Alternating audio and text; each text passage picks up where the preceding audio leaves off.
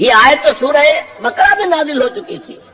وَلَنَبْلُوَنَّكُمْ بِشَيْءٍ مِّنَ الْخَوْفِ وَالْجُوعِ وَنَقْصٍ مِّنَ الْأَمْوَالِ وَالْأَنفُسِ وَالثَّمَرَاتِ وَبَشِّرِ الصَّابِرِينَ. ہم لازماً آزمائیں گے تمہیں، لازماً آزمائیں گے. خوف سے، بھوک سے، فقر و فاقے سے، جان اور مال اور ثمرات کے ضیاع سے اور زیاں سے. فصل تیار کھڑی ہے اور عین وقت آ گیا ہے جنگ کا، اور وقت پر فصل کھجور کی اتاری نہ گئی تو تباہ ہو جائے گی. لیکن نہیں، نکلنا ہے. یہی معاملہ تھا جو کہ تبوک کے موقع پر ہوا ہے. قحط کی کیفیت تھی اور اب فصل تیار تھی، اب ساری امیدیں اس فصل پر تھی، کھجور کی. لیکن ظاہر ہے کہ کھجور کی فصل اتارنا کوئی عام خواتین کا کام تو نہیں ہے. لیکن مردوں سے کہا جا رہا نکلو اللہ کے راہ میں، سب کے سب. پہلی مرتبہ نفیر عام تھی، ہر سائے میں ایمان نکلے. تو ایک بہت بڑی آزمائش. تو جو راسخ الایمان تھے، صادق الایمان تھے، ان کا رد عمل سچویشن ایک ہی ہے. منافقین کہہ رہے ہیں ما وعدنا اللہ ورسولہ الا غرورا، ہمیں تو اللہ اور اس کے رسول نے سبز باغ دکھا کر بروا دیا. اور اہل ایمان کہہ رہے ہیں ھذا ما وعدنا اللہ ورسولہ وصدق اللہ ورسولہ وما زادہم الا ایمانا وتسلیما. اور ان میں نہیں کوئی شے بڑی مگر ایمان اور تسلیم کے. جبکہ وہ جو ایک کانسٹیٹیوشنل ایمان ہے وہ ایک جامد شے ہے. It's a legal status that you get as a مسلم.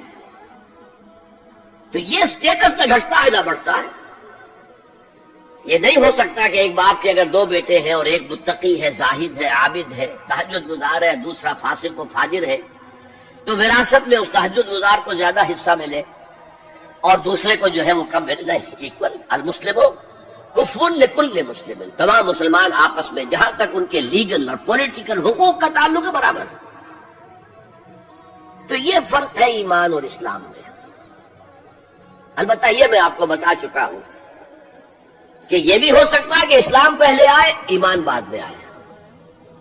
ہم میں سے جب بھی اللہ تعالیٰ کسی کو نصیب فرما دے حقیقی ایمان، یقین والا ایمان، جیسے میں نے دعا کی اللہم نور قلوبنا بالایمان، اے اللہ ہمارے دلوں کو منور کر دے، روشن کر دے ایمان کے ساتھ، نور ایمان سے جگمگا اٹھے ہمارا دل. واشرح صدورنا للاسلام، اور ہمارے سینوں کو کھول دے اسلام کے لیے، اسلام کی ہر شے ہمیں حسین نظر آئے.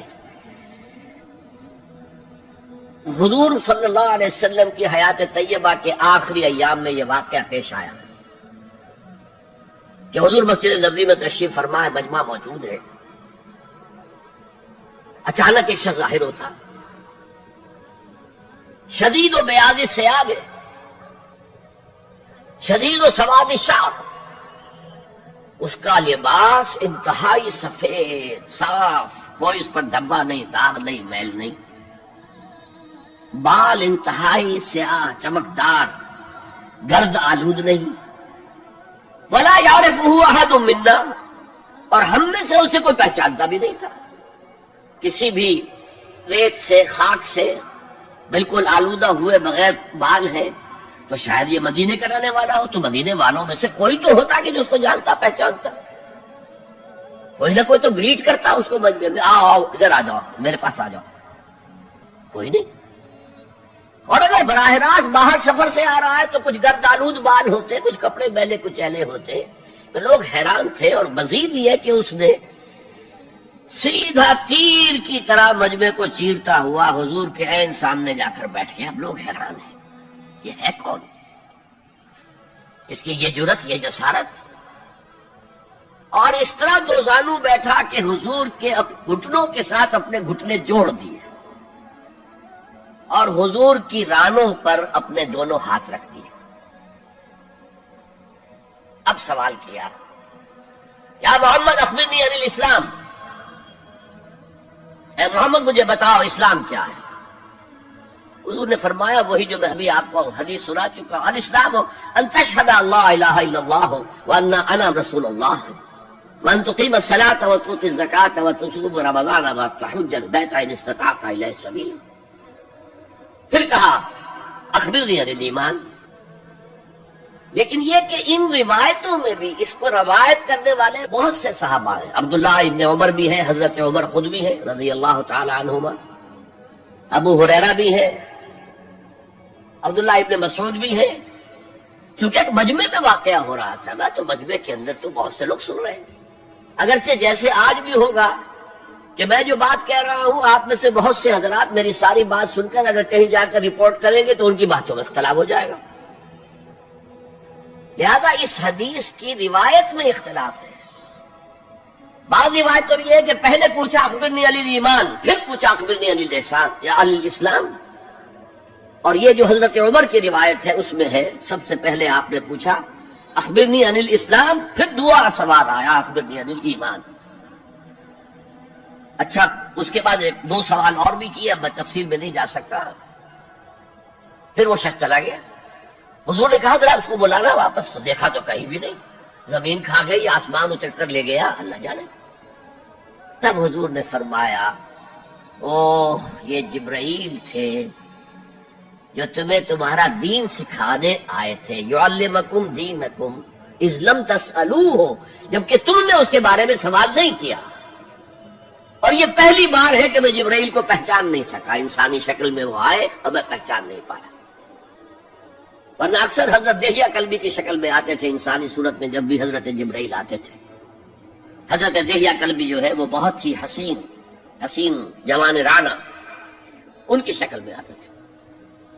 بہرحال یہ اتنا اہم مسئلہ ہے کہ اس کو کلیئر کرنے کے لیے کہ دودھ کا دودھ پانی کا پانی علیحدہ ہو جائے. ایمان کیا ہے، اسلام کیا ہے. دنیا کا نظام اسلام پر ہے، ایمان پر نہیں ہے. آخرت کا معاملہ ایمان پر ہے، اسلام پر نہیں ہے. کوئی شخص مسلمانوں کا بہت بڑا قائد ہو، بہت بڑا لیڈر ہو، لیکن ہو سکتا ہے آخرت میں زیرو ہو. میں حدیث سنا چکا ہوں آپ کو. ایک شخص دنیا میں شہید سمجھا جا رہا تھا، ایک شخص دنیا میں بہت بڑا عالم سمجھا جا رہا تھا، ایک شخص دنیا میں بہت بڑا سخی سمجھا جا رہا تھا، اور اللہ نے سب کے دعوے جو ہیں ان کی نفی کر دی. تم نے جنگ کی تھی اس لیے لیقال جریء کہا جائے، بہت ہی جری آدمی ہے صاحب، بہت بہادر آدمی، کیا کہنے اس کے. لیقال سخی، بھائی بڑا سخی آدمی ہے، سخاوت کے دریا بہا دیے اس نے. بھائی بہت بڑا عالم ہے، اس سے علم کا کتنا جو ہے لوگوں کو فیض پہنچا ہے. وقت قیلا، یہ تمہارا مقصود تھا، وہ مقصود دنیا میں حاصل ہو چکا، تمہاری شہرت کے ڈنکے بج چکے، اب یہاں تمہارے لیے کچھ نہیں. اور پھر اللہ حکم دے گا اور فرشتے منہ کے بل گھسیٹتے ہوئے اسے جہنم میں جھونک دیں گے.